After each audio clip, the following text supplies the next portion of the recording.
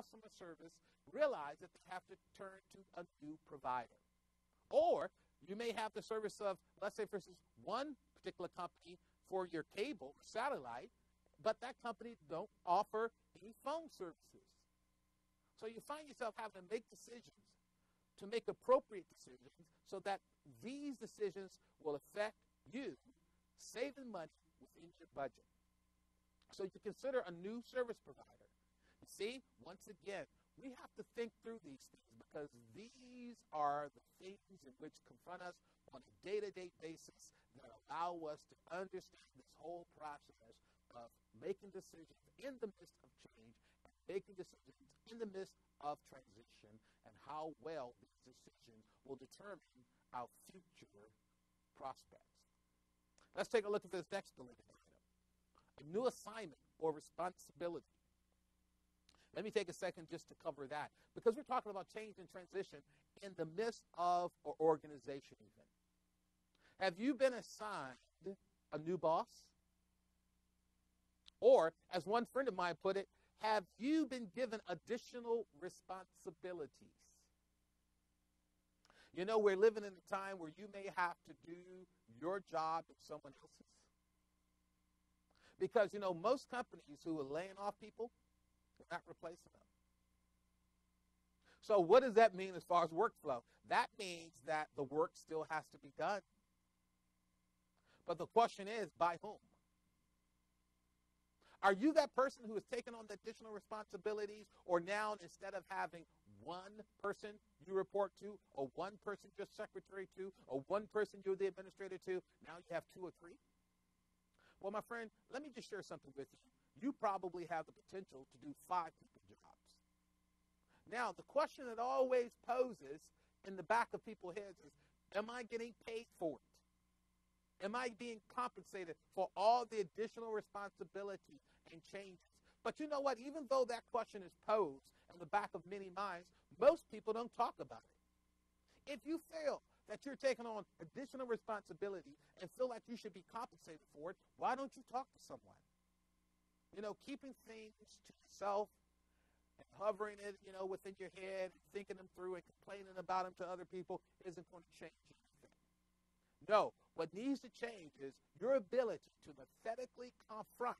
In other words, you have to give up enough courage to go to the right person that if you feel that you've been taking on many more responsibilities than which your original job listing states, ask. Maybe it will be given to you. And even if they can't do it at the time, they will consider you for future bonuses, future promotions. And even when the company gets back in the black, they consider you for an instant raise. But know this, you're going to have new assignments. You're also going to find yourself up in a position where you're going to have new bosses and new people to report to. It's all a part of that life path of change and transition. Let's continue along this path. What are some of the major changes that have happened to you? Have you had a new manager? Or maybe you've been on maternity leave and you're just returning to work. Or you have short-term disability, or maybe you had surgery. I remember somebody was off for about 6 months. They came back and said, I don't know the place anymore. Why? Because it had changed that drastically within 6 months. Or maybe you've been working for over 25 years or 40 years, and now you have retirement in view. Listen, there's going to be professional changes, and there are going to be personal changes and transitions in all of our lives, both warranted and unwarranted. We're going to have professional and personal transition. Now, the question is not whether or not there's going to be change and transition, but the question you and I should ask ourselves is, how am I going to deal with that change?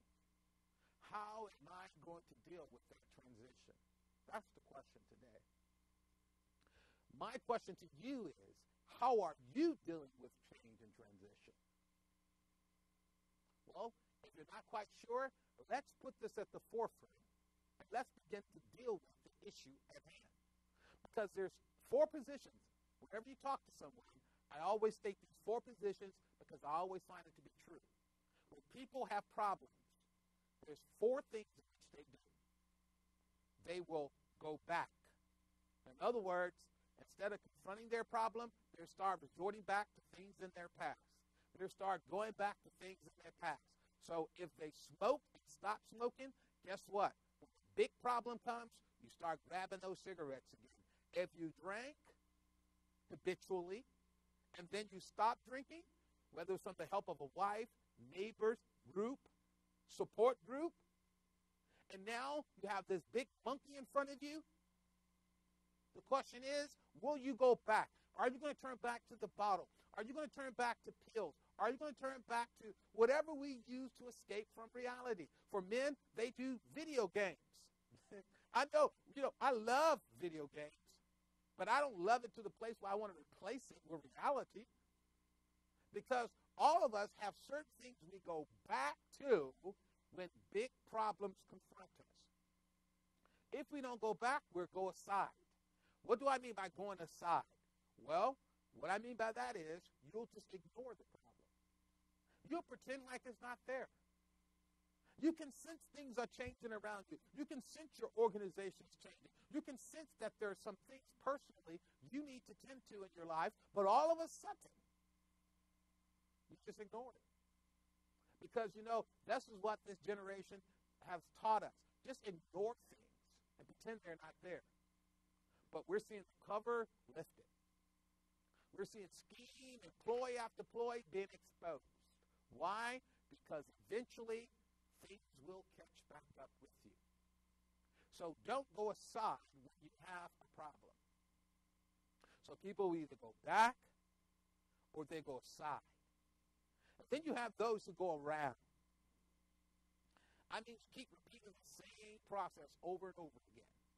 I like what one gentleman stated one time, and I always remember this. He says, hey, you want to ever know the definition of insanity? Let me give it to you today. The definition of insanity is doing the same things over and over and over again and expecting a different result. How is it possible to do the same thing over and over again, but yet expect a different result and not yet be considered stable-minded? Let me tell you, my friend, we're not insane. We just have to break vicious cycles in our life. Things we continually do the same way over and over again. You and I both are found guilty of these things from time to time. So our objective is not to go back. Our objective is not to go to the side. And our objective is not to go around. What our objective is to go through. We're in tough times. We're in times where things are changing around us. It feels like we're standing on sand and you're beginning to sink in some areas of life. But my instruction to you is go through today. If you don't learn anything else in this workshop, I'm going to encourage you, my friend, as your personal 101 trainer, to go through. Don't go back. Don't go to the side. Don't go around, but go through.